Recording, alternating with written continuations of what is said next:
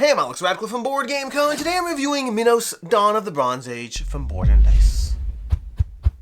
Minos, Dawn of the Bronze Age is designed by Stan Kodonsky, and it seems to be a hodgepodge, a mashup of two games I love and one game I like, which means the odds are definitely in its favor. I'm going to try to give you a general overview of how the game plays, not all the interlinked mechanisms, but a general overview of how the game plays, followed by my review, all the things I like, don't like, review, rating, all those things as usual, timestamps down below.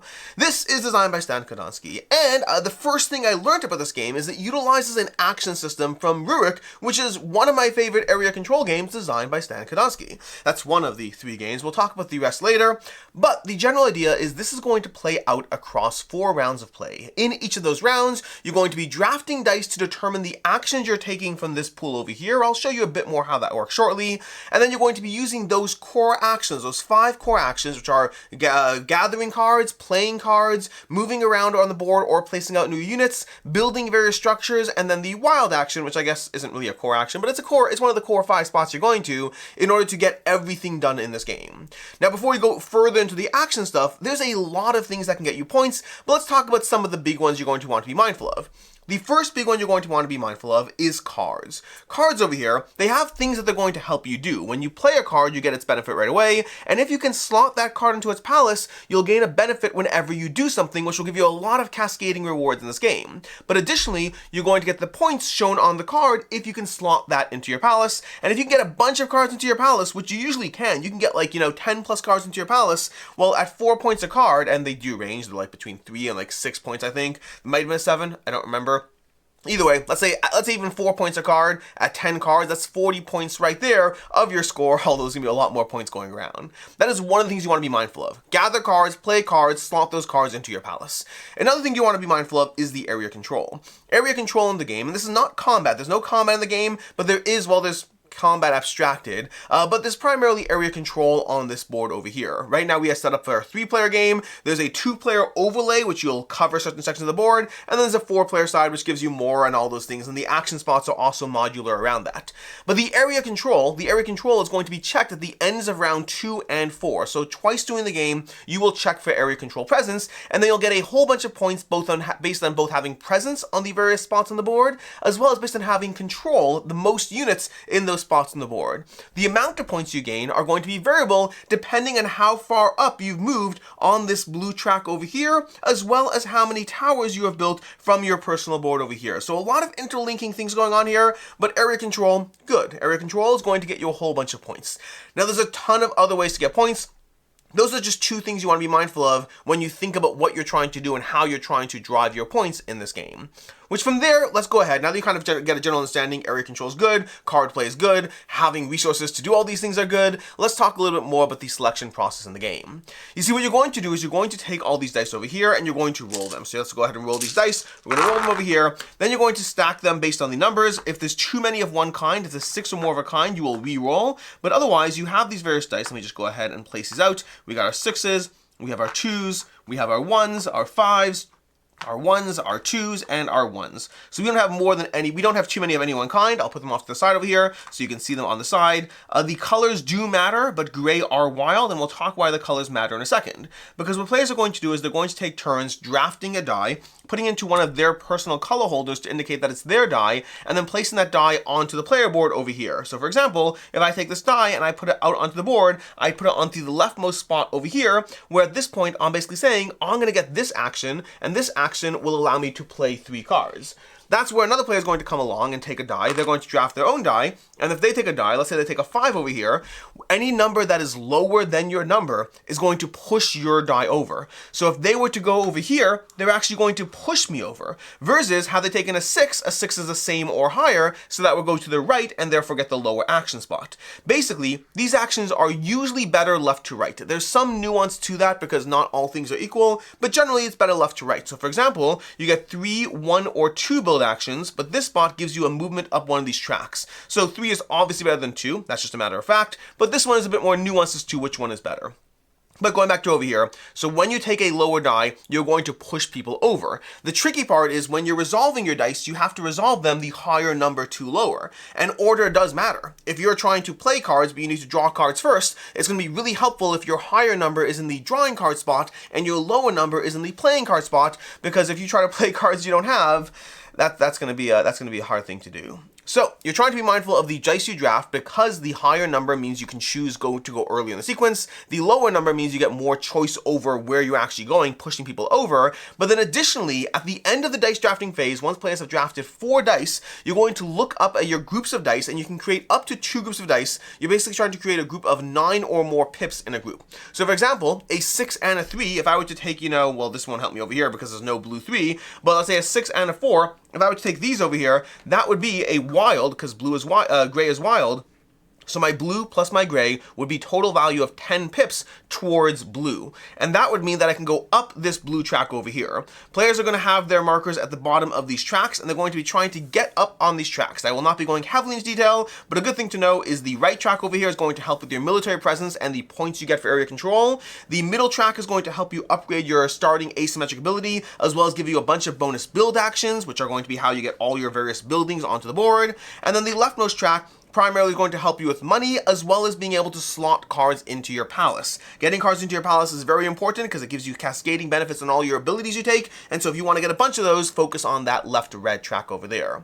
But again, the total value of the dice, the total pips of the dice, if they're equal to 9 or more, can bump you up 2 tracks, which means if you choose a 6 and a 3, a 5 and a 4, that can help you move up multiple tracks per turn. Versus if you choose things like those 1s over there, those 1s can guarantee you first placements in a spot, getting that best action, but it means if you take a 1 at any point, you are guaranteed moving up maximum 1 track instead of 2 tracks. So there's a bit of a trade-off as far as what dice you're taking and why.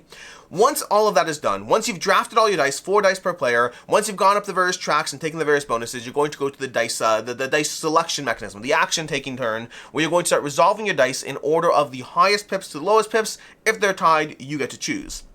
Those actions that you can take are going to be drawing cards from over here, and I will not go down through every single action. What I will note is that generally you're going to have higher numbers to the left, lowest numbers to the right, the middle column, and this is different depending on the side of the board you're playing with or the player count, but over here the middle column lets you move up any 1 track for free, which can be very helpful and very beneficial. And so in general, left to right is better, and then these are the bonuses, and you get various currencies and other things as well as extra stuff. But I'm going to focus on the core actions. In this spot over here, you're going to draw cards. You can draw from the face of display or from the top of the deck. In this spot over here, you can even take from the red cards, which are only going to enter the phase in the second half of the game and are kind of powerful and good to plan around, but you don't have access to them until round 2, except through special abilities, until round 3, except for special abilities. Over here, you can play cards. Cards are going to cost resources, so over here, this costs 8 coins, but it's discounted if you have this resource over here. In general, everything you do in the game gives you a discount for having certain resources. And there's 2 ways to have a resource. There's a permanent resource. For example, this over here is a permanent resource. If I have this token over here, this card will cost me 3 less coins to play. So it'll cost me 5 coins instead of 8.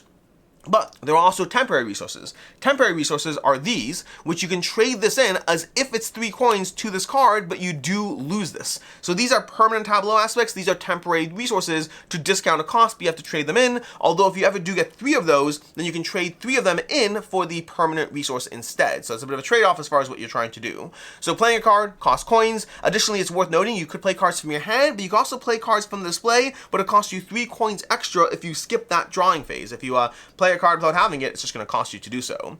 Then we have build actions. Build actions give you a wide variety of things you can do, but in general, you're going to be looking at your player board. There's 4 things you can build, and then 1 extra thing you can do. So you can build cities on the board, which are very helpful because they give you control. They'll give you the city bonus, and they're where you can spawn units. You have towers, which are going to help you because they're going to give you more points for having your dominance in various areas, as well as helping you move up the shipping tracks. And then you're going to have ships, which go on to these shipping tracks, where they'll go ahead and give you income benefits every round. And as you achieve certain tiers, you'll be able to pick 1 bonus from the stack of bonuses, first come, first serve. And as you get to the end, you're going to get points as well. And that, by the way, is the last build action, because again, you have 4 things you can do: cities, towers, ships, and farms. And then you have moving up this track. The way you move up this track is by spending additional build actions and paying the cost to the left of it. And then lastly, you have farms. Farms are going to give you both movement up your income track, as well as points in round 2, and at the end of round 2 and at the end of round 4. If you have built all 4 of your farms, you can get 14 points in those rounds, which is 28 points of your score, which is like an eighth of your score. That's like a decent chunk of points just from that one thing that you're doing. Now, all of these things have a cost to them. They have a resource cost to them, different amounts as you go up these tracks, but they are also all reduced by certain things. So for example, it's going to cost you, 9 coins for your final city, but that's reduced by 3 per resource you have of brick over there. So in general, for these tracks over here, you can reduce the cost by having those permanent or temporary resources, again, discarding temporary resources, and you can do it multiple times. Unlike cards you can only do maximum 1 reduction for, versus the rest of these, you can just do as many reductions as you have that permanent resource for.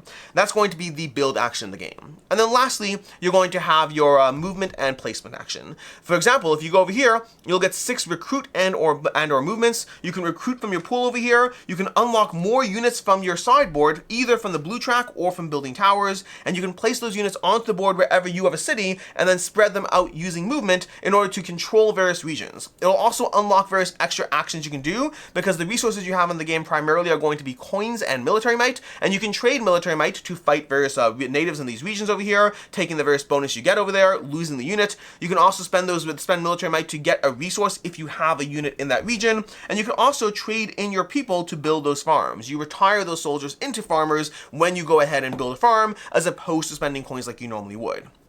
The last action you have is the wild action. The wild action is do what you want with it. Use it for a build action, use it for a play a card, a draw a card, use it for a movement. It gives you a lot of flexibility, but often at the cost of less value, less numbers than you would get from taking actions elsewhere. That is the core idea of what you're doing in this game. You are going to be drafting dice in these 4 rounds. You're going to be using those dice in order to go ahead and take actions. The other things you need to know about are basically everything you do in this game is building up your tableau. You're going to have 3 tracks over here that are going to give you different forms of increased income, as well as abilities to go ahead and do. You're going to have these cards over here which you're playing to get a benefit. So when you play a card, for example, over here, you'll be able to take a random token of your choice, which will give you future discounts, and look at that, I can build cities for cheaper now. Additionally, now that this card is in play, I'll have the opportunity, whenever I see one of these crown actions, to slot it underneath my player board, and all the cards are going to give you benefits for either drafting a certain pips of dice, meaning you get benefits if you draft a 1 or 2 pips, or 3 or 4, or 5 or 6, or specifically for going to certain action spaces in the game. And so especially if you have combinations, if you have like 2 cards that reward you for going for the build action, and 2 cards that reward you for taking 3 and 4 value dice, then when you put a 3 or 4 value dice in the build action, you'll get 4 extra bonuses just for going ahead and building those cards. So you want to be very mindful as far as the cards that you're playing and how they'll synergize with your strategy. So you're trying to be mindful of a lot of extra things. You're being mindful of area control. You're being mindful of taking out these various, people on the board. You're trying to be mindful of where you build your cities, how you develop things, what permanent resources you get to make everything cheaper, what's going to happen with the cards, which tracks are you going to go up, which shipping navigation trade routes are you going to go on, because those will give you permanent income as you go. And I should note these are double-sided, giving you even more variety to the gameplay. You're also going to be mindful of these goals. These are goals that you get which can give you 10, 7, or 3 points. But there's a whole stack of them over here that are going to give you just a ton more ways of variability that you have for different types of things that are going to affect you in different games. There's a lot going on here as far as how to make everything merge and match. And lastly, we should cover these over here, because the blue cards are going to be present in rounds 1 and 2. Once you get to rounds 3 and 4, you're going to replace the blue deck with the red deck, and the red deck gives you additional ways to get discounts on the cards, but then a whole lot more going on, both in terms of the point values, as well as in terms of the ability when you play them, as well as in terms of what you get for taking different action spots or dice values. There's a lot more going on here as far as different ways to earn a ton more, and there's so much nuance and complexity to these red cards, for better and for worse, and we'll get to that in the review. That is basically what's going on in Minos. There's a lot of interweaving elements going on here. There's a lot that's going on, but it all does come together pretty smoothly once you start taking actions and realizing how everything feeds into another version of something else that's going to help you in one way or another. It's up to you to try to figure out what's going to be the optimal pathway for you. Everything you do is going to give you points. This is definitely a point salad game. Everything is good for you. The question is, can you build the engine that is the most good for you compared to the other players? And with that, let's go ahead and dive into my review of what I like, don't like, and can see others not liking, starting off with what I like. And I'll start with something that's worth mentioning, considering this game has a lot of moving parts. I timed myself on my second teach of the game. Not my first teach, but I timed myself on my second teach of the game because I was curious how quick I can actually teach this game, and it took me 12 minutes to teach the game. Granted, with the usual, some things will come up as you play and you'll figure those out there, but I was able to teach somebody in 12 minutes because as much as there are a lot of interweaving elements, they also do come together very smoothly, and it does kind of make sense as you go. Again, asterisk on the fact that you'll get different things that will come up as you play that you'll be like, oh, and this is something else you need to know, but for the most part, I was able to teach this game fully to somebody with a 12-minute timer on it, which is definitely not bad for the level of interaction and the level of thinkiness that this game has. I don't necessarily expect that. I think your first teach is going to be messier, and my first teach was messier, but my second teach, I was able to get it up and going pretty quickly as far as giving that over. And it's worth mentioning that because there's so many moving parts in this game, which means my second thing that I like, there's so many moving parts in this game. There's so much going on as far as different ways to get what you want. When you do the math on it, you basically have 4 dice per round, 4 rounds. That's only 16 actions. That's not a lot you can do in this game. But the problem is, or not the problem, the good thing is, everything you do feeds into more actions. The dice you draft will help you move up this track. These spots over here will help you move up, not here, these ones over here will help you move up these tracks. Those are going to give you extra actions. Half the stuff you do is going to be playing cards, which are going to give you full extra actions when you play them, and additional bonuses as you slot them and take other things. Everything gets stronger and bigger as you go, which gives you a lot of cascading, well, everything in the game, and I like cascading stuff. I like it when I take one action and that results in 5 bonuses for me, and the cards give you a ton of flexibility. There's a huge deck of cards with tons of actions, tons of costs, tons of bonuses, and trying to figure out the combination of core top actions combined with how those are going to slot into your system, combined with the discounts you have and or are working towards. Paying cards at full price will very quickly have you broke in this game. You need to figure out which resources you're getting and then lean into those card strategies so you can build the best possible combination of things that you're doing in the game. Speaking of the cards, those phase 2 red cards, they are so much, and there are things we'll complain about them soon. But before we do, they are so much as far as the starting cards are kind of static in what they do. Each one does one specific thing and gives you one specific bonus. There are combinations for sure, but they're limited in how crazy they are. The red cards, there's so much complexity to the way you trade in different things and do that and get this for that and then turn those in for those. There's so much going on with them that it kind of opens up an entire second half of the game that feels drastically different than the first half because suddenly the cards are this whole sub-strategy that are going on. The red cards are everything in the best possible way, asterisk negatives coming later. Past that there's multiple paths to victory in this game. There's so many things you can focus on. You can focus on a dominant board strategy and you can win that way. You can also focus on just building up your engine as much as possible and winning that way. You can build 4 farms in the first turn, cashing in a full 28 points, plus boosting up your income track pretty early, but you'll also have to go ahead and pay for that because you're not doing other things. Or do you want to go up these shipping tracks and go up as many shipping tracks as possible, just focusing on that as your core strategy? You're going to ramp your way up towards the top of the shipping tracks, get all the bonuses so you can get the cheapest movement up, you can get a ton of income and rewards and those extra bonuses from these bonus spots over here. Everything you do in the game feeds into good things, and it's up to you to figure out which of those good things are going to work best for your engine. The area control is present, but it's not punishing. You don't destroy other players. The only time you lose units is when you turn them into a farm, or alternatively when you are actually choosing to fight one of these, the various natives in the region, which is a choice you make. You don't have to do that. It's a choice you're making in the game, and so there's no aggressive war. There is area control, who has the most people in a spot, but outside of that, the combat aspect is very abstracted and definitely not meaty, definitely not bloody and punishing as you go. The building up of resources versus cashing out is another tough trade-in. Trying to decide, because I instinctively love building up my tableau. So whenever I get those temporary resources, I always want to go ahead and get 3 of them so I can turn it into a permanent resource. And sometimes that's worth it. If you're going on a high shipping track over there, if you're trying to focus on your trade routes, getting a whole bunch of those greens can be very useful long term. But sometimes it's not worth it. Sometimes you want to think through, you know what, I don't actually need to build 3 cities in this game. I'm only going to build 1 more city. So if I get 2 of those, I can just trade them in, get an immediate discount. I don't need to worry about those again. But then you're losing some of that trade-off of that card flexibility because you don't have that permanent resource. There's a lot of decision space as to when to cash in on a bunch of quick rewards versus when to build up for that longer term payoff in what's going on there.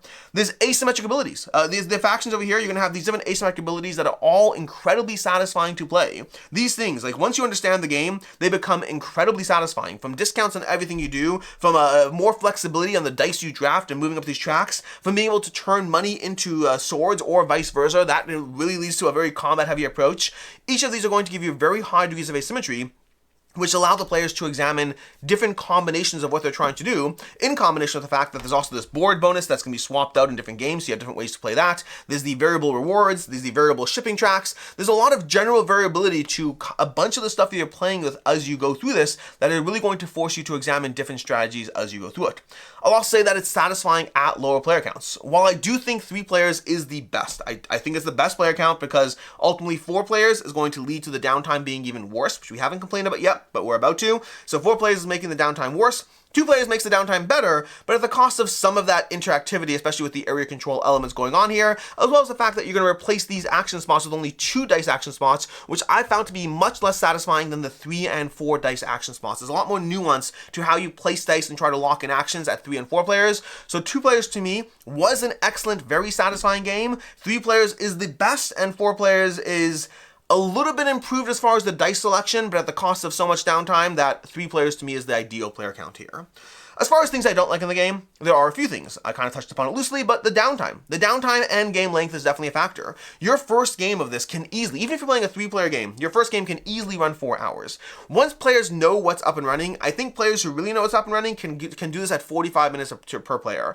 But I think that that's like ambitious. I think a more realistic time frame is an hour per player after your first game. Not your first game, after your first game. I think an hour per player is a realistic timeline once players know what's going on, if they're not rushing things, but they're playing semi-optimally and they're doing what they need to do. Which makes this a 3-hour game for your second game, which definitely puts it in a little bit of that longer space. And then more importantly, it's not just about the length of the game, it is about the downtime. There's a decent amount of downtime, especially in the second half of the game. And this is something that's tricky to balance because a lot of what adds to the downtime is going to be the red cards. All the red cards in the game, there's the complexity on them. At any given red card, let's go ahead and show you one of these over here. This red card, I can tell you what it does. You're going to get 3 movement over here.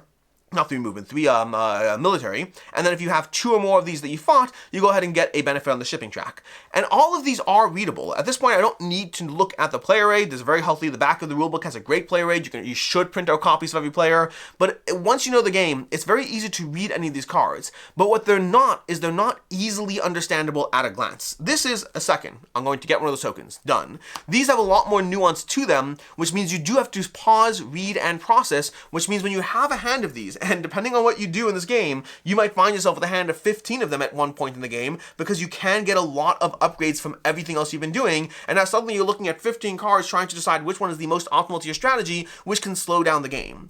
Now the good news is other players who have a hand of 15 red cards can take that time to think through what they want to do. So if multiple players have a lot of red cards, you can use the downtime to plan your own turn, which hopefully can keep things moving quickly enough, but that's the ideal situation. And the non-ideal situation is that players are just sitting there waiting for you to take a longer turn. And so the downtime can be present, especially in the second half of the game, which is something that takes away from the experience. The other thing I'll comment on is the wild actions. I did not love the wild actions. The wild actions over here give you a lot of flexibility in theory. The problem is, most of the time, they're going to be used just for build actions because that usually has the best ratio of what you're trying to do. So wild tends to be a substitute for build in the first half of the game. Only when you get to the end do you start proxying in for other things. It's almost never worth using it for a movement or a recruit because that ratio is so much worse compared to the ratio of building or playing. And so building and playing are usually the best utilization of a wild action, and the other two are just less efficient. Again, sometimes you might do it, but certainly less efficient, which means wild is usually build mostly, playing occasionally, and then the other two barely ever, which just kind of, I wish the wild had been structured better to actually be wild around the 4 actions as opposed to being catered more specifically towards the 2 actions in the game. As far as I can see others not liking, there are a bunch of things here. First of all, as much as I love cascading everything, you might not. The idea that everything cascades on something else can lead to overwhelming turns. It can lead to turns where you're not sure if you did everything correctly, if you played by the rules, if you got too much, too little. It can certainly be overwhelming, and this game can be overwhelming. There are icons everywhere, like this over here. This is the back of the rulebook over here with all the icons you need, all the various, and we haven't even talked about the appendix, there's a whole appendix of various things, but this is like the amount of icons in the game. And while it's not that overwhelming, most of it is intuitive, it still is a lot, especially your first game, especially the red cards. The first time you get handed a hand of red cards, it's going to feel like too much is going on. Once you start reading and processing, you realize you can understand, it just takes a second to get there, but it certainly is overwhelming in the amount of icons. the phase 2 cards, so that's going to be completely overwhelming over there. Your action plans being pushed out can be frustrating. For me, I love the puzzle of how to guarantee the actions I want in the game, but you might not. You might find it frustrating to plan around getting that action and then have yourself pushed out as other players take things from you. And so that kind of a challenge of how do you plan out the turn in the right order of resolution as well as getting enough stuff to get things done. I love that puzzle here, but it might be frustrating if you don't enjoy that. Like, you might just want a simple worker placement. I place a guy, I get 4 people, whatever it is. As opposed to here, it's I place a guy, maybe I get what I want, maybe I don't. It kind of depends on what other people are doing in the game. And then lastly, it's worth noting, I am not sure about balance. This balance is always tricky in some of these games, and I usually only bring it up when I specifically see areas that potentially do feel like they might be not balanced, but I'm just not certain of it. I mean, I don't bring up balance as a consideration of everything, even though I'm rarely confident about balance. Balance requires a lot of plays, a lot of time, requires a really strong amount of time before you can fairly say a game is either balanced or even not balanced. It takes a lot of time to get there. I usually only comment on it when I have hints or teases that it might be an issue, but I'm just not yet sure. And that's very much where I am in this. The cards are, sometimes the cards feel more... Cards feel differently powered at different points. Different things you're doing feel like there's more resources behind them. The asymmetric player abilities, I'm not sure about those. So balance is definitely something that might be a problem for you. I haven't strongly felt an imbalance, but if somebody told me, hey, this game is not balanced, I'd be like, sure, I'll take your word for it. I don't actually know.